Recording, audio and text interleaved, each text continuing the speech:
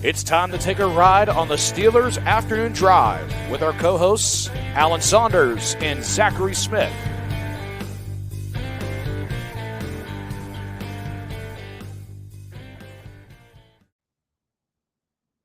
Welcome into another episode of Steelers Afternoon Drive. I'm Zachary Smith. That is Alan Saunders. Alan, what's going on?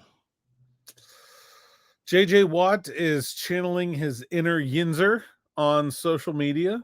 Wants the Steelers to go back to the block uniforms full time. He wants them to paint the end zones yellow. I believe I also heard him say that he wants them to use the fullback more. Get early batch some snaps. Ben should be the offensive coordinator. Tomlin won with Powers players. And I really appreciate him embracing the culture in that way. It's good. And he typed all of that while eating an Isley's chip chopped ham sandwich and drinking a Turner's tea, I bet. Just crushing up. No, apparently Sarah's candy is his real weakness. That honestly feels like that was the trickle effect. Like that was the first domino. It seemed that was his gateway drug into Yinzerdom was Sarah's candies. Yeah, and it's really spiraled to the point where I think I saw you post like we're just waiting for him to call into a local radio station at this point. TJ from Houston.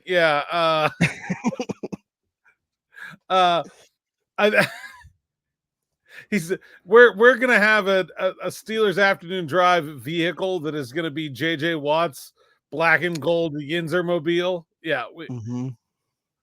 Speaking of which, we've not had enough of those.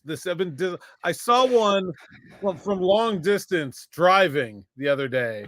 I could not close on it. We need your cars, people. We need your Steelers. Yeah, I feel like we've kind of started we've slacking on that too. Yes, we need them. Yeah. So it's not just on the listeners / viewers of this show. We haven't really talked about it recently, but we absolutely still want to see those. And all the fans want to see, like JJ Watt, the block numbers come back, whether it's full time or at least once a season, like we are going to see them on Sunday against the Packers. When they put out yesterday, I'm going to have a controversial take here. So okay. I'm going to jump. I love the block numbers. It's the uniforms I grew up watching. I think they're beautiful.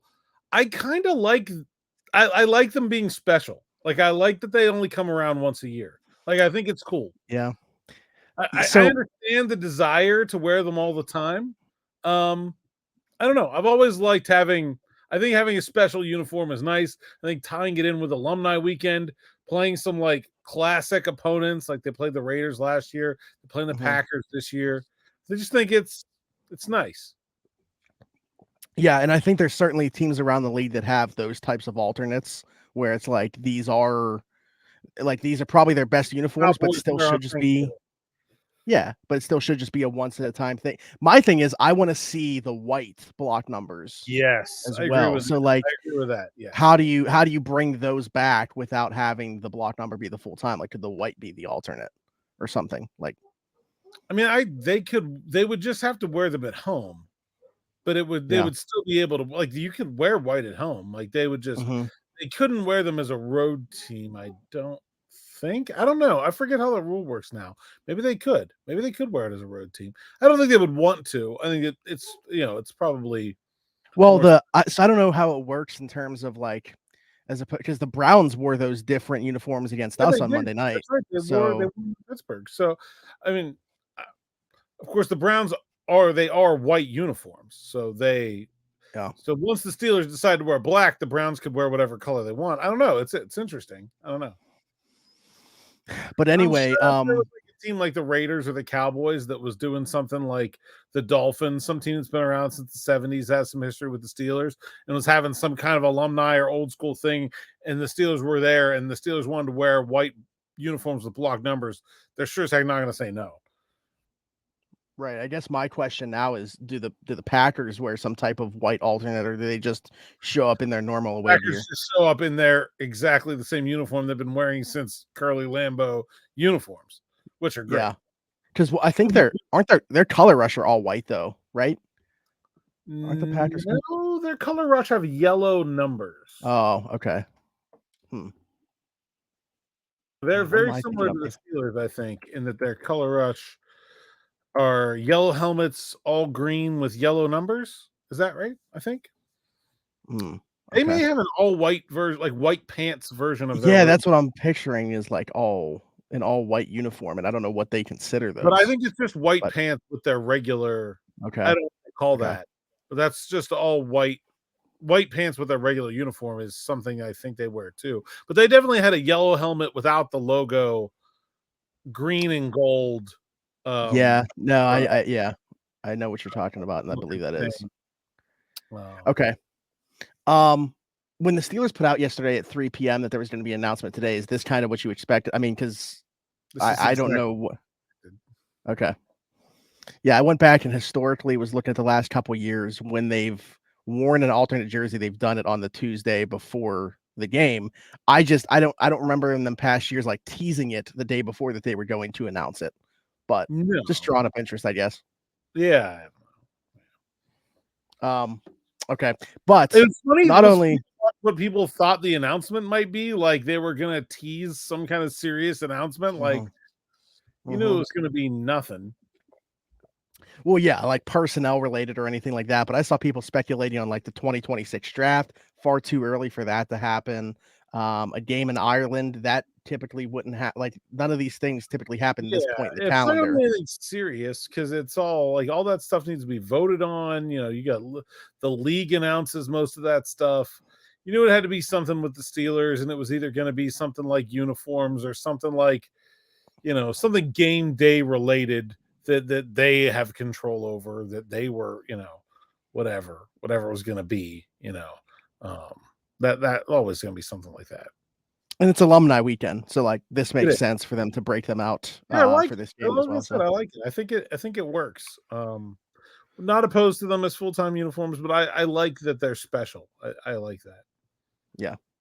Okay. Not only was it a Tuesday where we get this information, but it was also a Tomlin Tuesday. And we got a lot of information from Tomlin Tuesday. All the informations, Moss information. Yeah. So I don't even know where we want to start with. I guess we can maybe give a little bit of an injury update here. Minka Fitzpatrick, who was not placed on IR, could potentially start working his way back later in the week. Alan, do you think that the door is open for him to play Sunday, or should we close it for this week, you think, and just say he's probably going to be able to return when we go to the trip to Ohio? My gut feeling is that he will practice some this week. He will be questionable for the game, and we'll see. Probably leaning towards like a game time decision kind of thing. Sounds like Montravius Adams is going to practice and will be able to play. I would think probably play unless he has some kind of setback. Still got another week for Pat Freiermuth to come back, and that's kind of it. The injuries they brought Ant McFarland back yesterday. That was the deadline to do so, and so they're on it. As healthy as you're going to be this time of year. Sucks to be it without Cole Holcomb for the rest of the year. We can talk about that some, but Minka on his way back, Mona Adams on his way back would leave just really two guys after this week, and so that's pretty solid. Are we past the ribs injury for Kenny Pickett then? Having the extra time since, yeah, I would say yes. Okay. Well, that's good news as well then. Also something that we saw in the Thursday night game, we'll see if it continues to carry over, and the depth chart now reflects Broderick Jones being a starter at right tackle. Now, this is listed as Broderick Jones or Shuta for. How do you feel like this situation is actually going to play out though? Like, you expect to see Broderick taking the first team reps in practice this week leading up to Sunday? Yes, I expect to see Broderick Jones taking the first team reps in practice. I expect him to start. He will start. The question will be whether he continues to start. I think that's probably more up in the air. And whether he continues to start at right tackle is probably up in the air as well. Basically the way this comes down to is, man, I'd really love to know what Chuks Okorafor did or said during that Jacksonville game, but apparently it was not good. He gets benched, and looking at the options, Mike Tomlin said, "Look, the younger guy makes more sense to move Broderick Jones than it does have two players playing out of position." He also said he feels like Dan Moore is significantly better at left tackle than right tackle, not necessarily the case with Jones. And so with Chuks benched, it's Moore at left tackle and Jones at right tackle. I believe that's the way they're going to play, or at least start this game. But I didn't get the sense from Mike Tomlin that any of that was set in stone. That, when he came out and said Joey Porter Jr. had earned a starting job and he was going to continue to start, he was pretty definitive about it. He was not as definitive about this. This is more like, we're going to give him another shot and see how it goes. And, with the knowledge that Chooks could be back, also with the knowledge that, he could go replace the other tackle. It's not like Dan Moore has been without reproach in his play either. And so I think we're still going to have some moving parts here, but I expect them to line up this week against the Packers the same way they did last week against the Titans, at least to start. And it's almost, at least for me, I feel like a little bit of an audition for these two with Moore and Jones in terms of what they would like the tackle duo to be in 2024 because of the cap hit that Chooch presents and being able to move on from that cost if this tackle duo gives you good play, on those bookend spots. So I don't know what your take is on that, but I just feel like from a cost perspective as well, if they can have Dan Moore be the left tackle and Broderick Jones be the right tackle in 2024, that's the best way to go about business.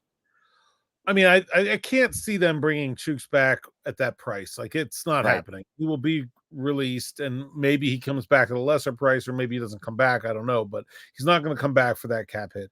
Then it just becomes a matter of, do they think Dan Moore is good enough to go into the season with him as the top option at left tackle, or do they spend another offseason trying to find an upgrade at left tackle?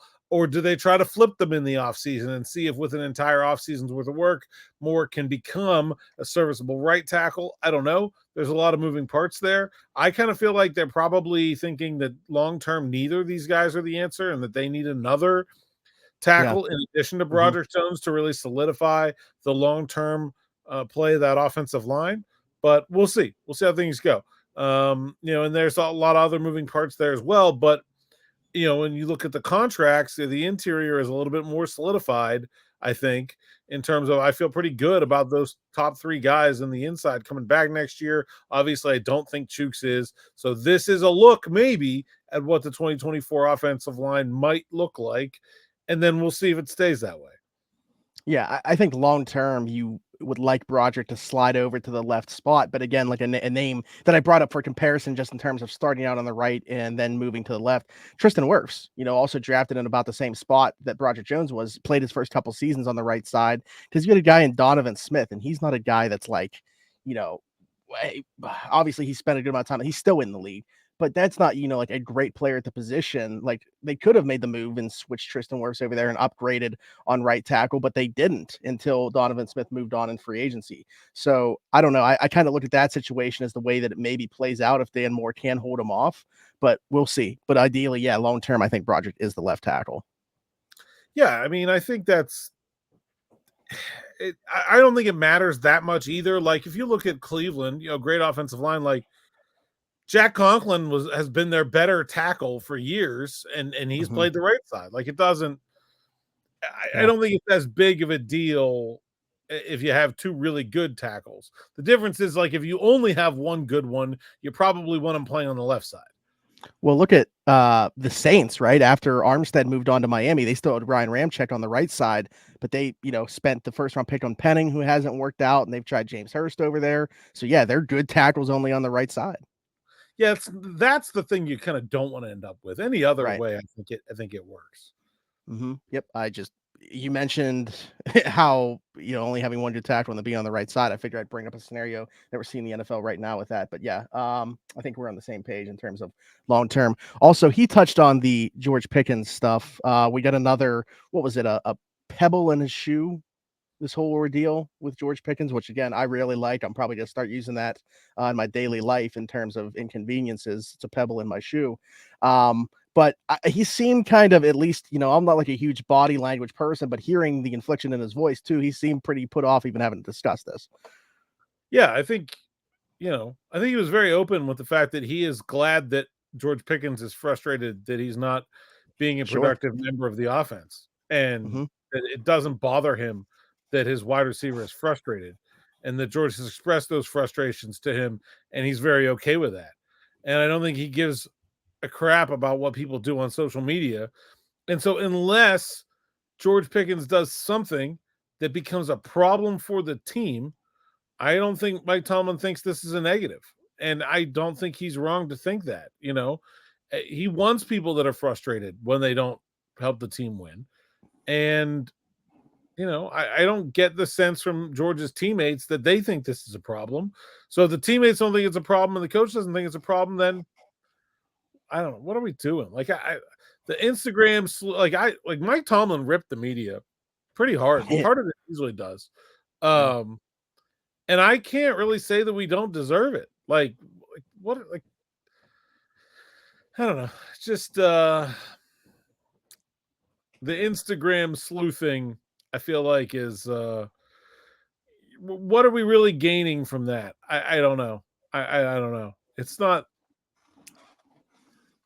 If this is a story, it will reveal itself to be, but I really don't think it is. And then, the thing that sucks is a lot of this stuff comes from people that are not in the locker room. And George's full transparency here, not really a willing participant in the process in terms of being accessible for interviews and things like that. He generally does not want to talk to the media. It makes the whole relationship even more toxic because then you have people saying stuff about him that aren't the people in the locker room, and then when I want to go talk to him, it's going to be like, oh well, you're part of them, and it's like we deserve that. Like Mike Tomlin was justifiably rude in his press conference today. And I feel like what you're saying about not being in the locker room, it's kind of an extension of that conversation that we had about, the aggregators and stuff like that, and how, the word to mouth stuff is so important because, things need to put out there, fake quotes need to put out there, and a lot of things like that. And in George's perspective, like you're saying, it could leave a bad taste in his mouth when things like this get said. Yeah, absolutely. And George is, like I said, like, look, the whole conversation is about like a lack of emotional maturity, right? That's the whole conversation. And I think it's fine to sit here and say that George should show more emotional restraint. Like I in fact, I believe that like George should show more emotional restraint. But at the same time, I'm like, that's what we're talking about. We're probably not going to get that from him in our dealings with him either. Like, I mean, if he's irrationally, actually, I don't think he's rationally frustrated. I don't think his frustration is irrational. But if he's expressing his frustration in an emotional and public manner, like, people saying things about him that aren't necessarily true or aren't necessarily well informed isn't going to go over well either. Like, clearly. Sure. Yeah, absolutely.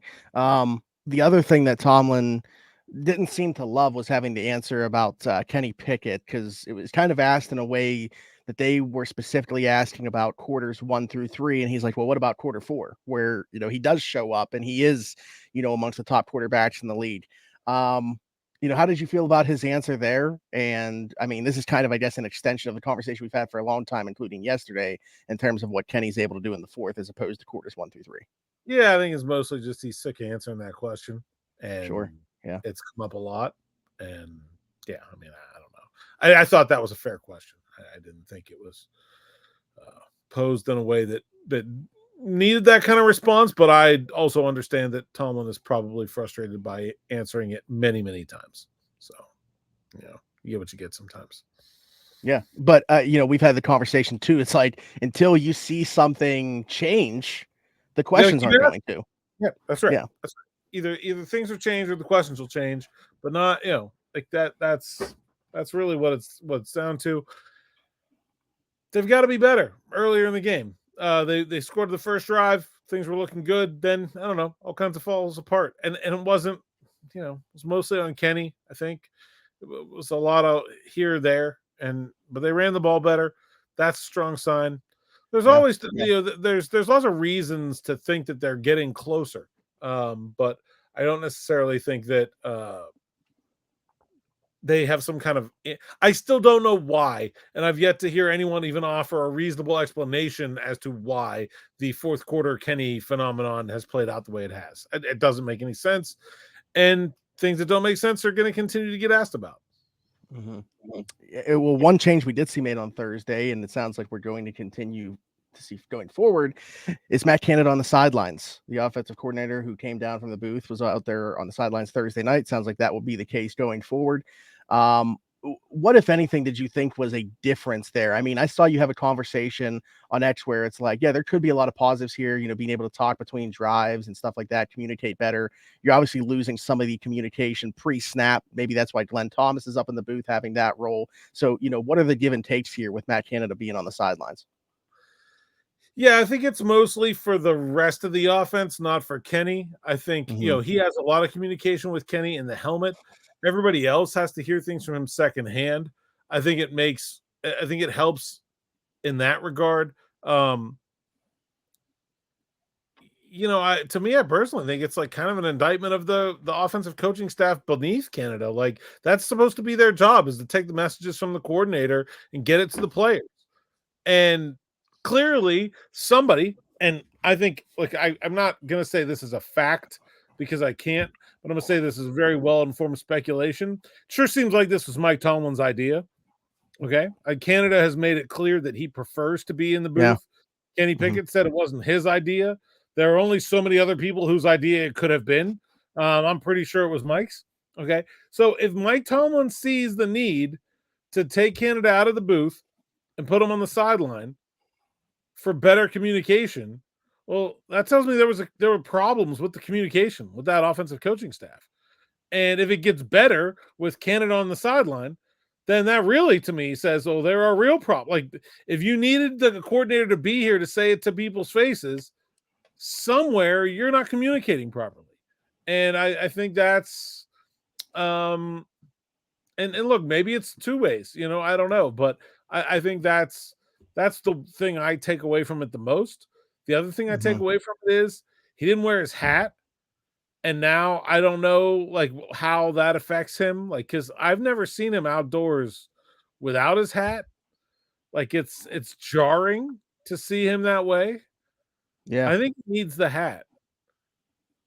Like, looking like Bum Phillips over there on the sideline. Like, I think we need it. I think we need to see it.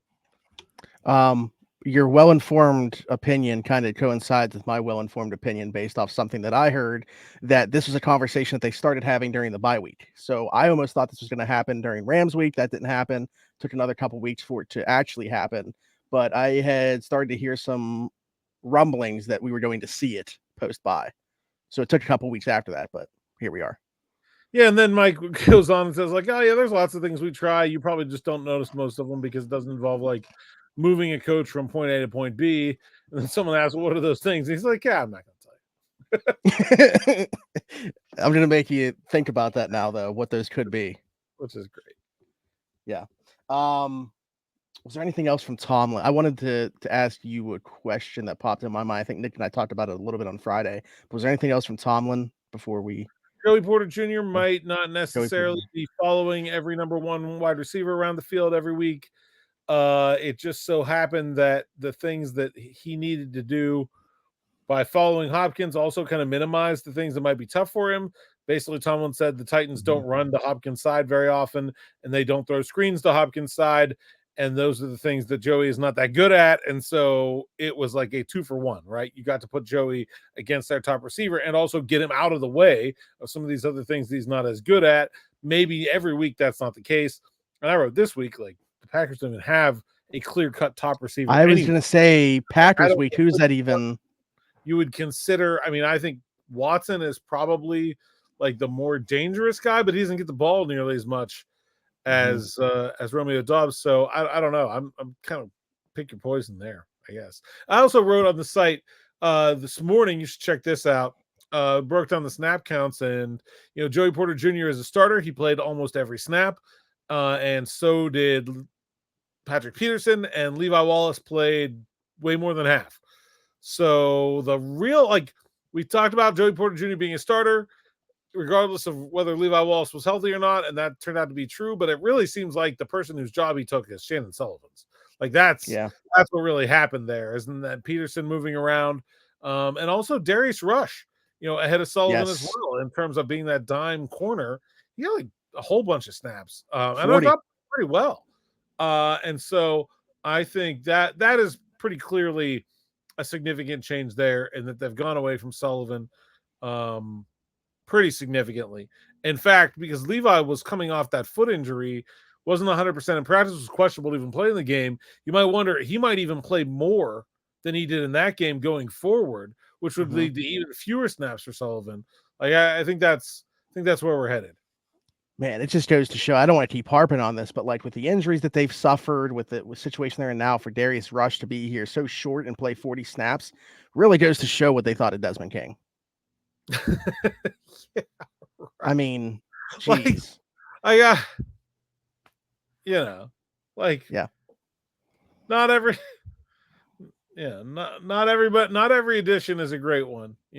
Sometimes you just gotta cut the bait for one reason or another. Yeah, you remember the freak out about when they cut Desmond King, and then they did that to get Darius Rush. Yeah. Was 100% on board with that 1-for-1 swap. But I'm glad you brought up, the secondary rotation there in those snaps. I wanted to look at the linebacker room. You kind of mentioned the loss of Cole Holcomb and the way that things could kind of shake out that post that injury. And man, that's a huge loss. Like I'm not saying that people are kind of like minimizing it, but because it's not Watt or Highsmith or Hayward or Minka, I don't know that everybody realizes how impactful that is. But with that room, Quan Alexander has been a great addition, and Landon Roberts is great in his role. We might have to go into the storage room like the Steelers didn't want to in 2023 and break out Mark Robinson. But like, how do we think that these are going to play out post Cole Holcomb's injury? I'm just envisioning like the Steelers linebacker room having one of those it's like a fire hose and a glass case, and it's like break in case of emergency, and there's just Mark Robinson in there with his helmet. I look, the Quan Alexander edition back in the middle of training camp, it's going to turn out to be really big for this team because it is a very different world if they're looking at not having Cole Holcomb for the rest of the year and the linebackers are Roberts and Robinson. I really like Landon Roberts a lot. He's expressed did we talk about this? That he said again after the game on Thursday that he wants to come on the podcast, that he needs to. Oh, you didn't tell me he said that again. No, Thursday after the game, we had a long conversation about him wanting to come on the podcast. So we got to make it happen. It seems like it may happen at this point. It seems plausible. I mean, like once is okay. Like maybe he's just. Right, it was just off it. No, it's a serious desire for Landon Roberts to be the podcast. We're just going to get the schedules to match up. But if it was just E-Rob and Mark Robinson, that would be scary from a coverage standpoint, right? Like Roberts is big and strong, but a little bit stiff and not like the fastest guy going backwards in the world. And Mark Robinson is a great athlete, but very new to the position and still feeling his way around, especially in pass coverage. That would be tough. And now, like, you almost wonder, like, as good as Cole Holcomb has been, like, you look at what Roberts and Alexander have done, you think they lost some depth, but I think those guys can hang. Like, I think they're in a pretty good position to deal with that injury. As good of a position as, like, could you imagine if you took the top inside linebacker away from the Steelers inside linebacker room any of the last 5 seasons, the kind of smoking crater that would have left at that position group? Like, it's like when your Madden team goes real bad and you're just playing guys you never heard of. Like, who's Yetliff Smurf? I don't know. He's in. Like, like that. That's where they would have been. It's remarkable how improved that unit has been, that they can lose a player the quality of Cole Holcomb and still feel like the guys they have can hang on. Obviously, the lack of depth will hurt. Getting Minkah Fitzpatrick back will help here as well, because I think you'll see more of Keanu Neal playing that dime linebacker role, playing some pass down, taking some off the plate of Quan Alexander if he's going to be playing almost every snap. A little bit of Alexander and Neal together in the nickel, I would assume, and that can help. But they'll need Minkah to come back to be able to do some of that. But I think they have that available to them as well, and so I think they're in really good shape, man. As brutal of a loss as Cole Holcomb could be, I think they're in pretty good shape to deal with it. Yeah, I'm glad you mentioned Keanu Neal, because that's who I was going to bring up. Is like, I don't know, we think of him as like a linebacker, right? But like he could fill some of those duties that we're going to be losing. Yeah, especially in the dime with him going to rush and Yeah. as well as he played, it feels to me like maybe they want to keep the 4-corner dime with Porter, Peterson, Wallace, Rush, and 2 safeties. Well, then Neal could be your linebacker in that unit as well. Kind of like almost like a quarter defense, seven defensive backs on the field if you want to count them, however you want to count them. But I think that's an option for them as well if they want to go to a really, really light dime. They have that available to them as well. Also, before we get out of here, just wanted to mention the Miles Killebrew stuff.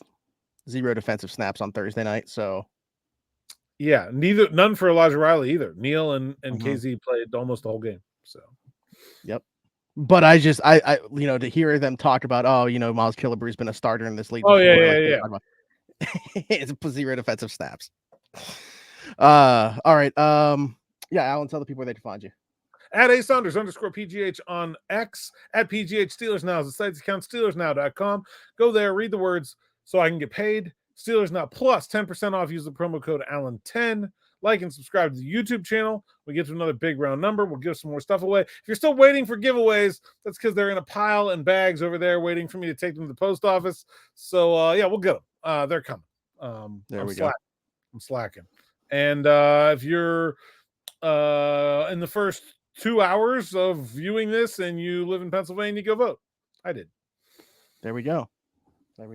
Also wanted to mention, we've been, I don't want to say slacking, but not getting to as many YouTube comments. I feel like as of late, we will be sure to do so. Today we had a lot of news from Tomlin, so on one of these slower days, we'll get to a bunch of them. Almost have tomorrow, maybe we'll do it then. Yeah, there we go. Yeah, Chris Carter on the show tomorrow, so be on the lookout for that. I am Zachary Smith, PGH. Be sure to like, subscribe, hit that notification bell here. As I just said, be sure to comment down below as well. And if you are listening somewhere else, leave us a 5-star review over there. Until then, for Alan Saunders, for myself, this has been Steelers Afternoon Drive. Thanks for jumping in. Take another ride with us.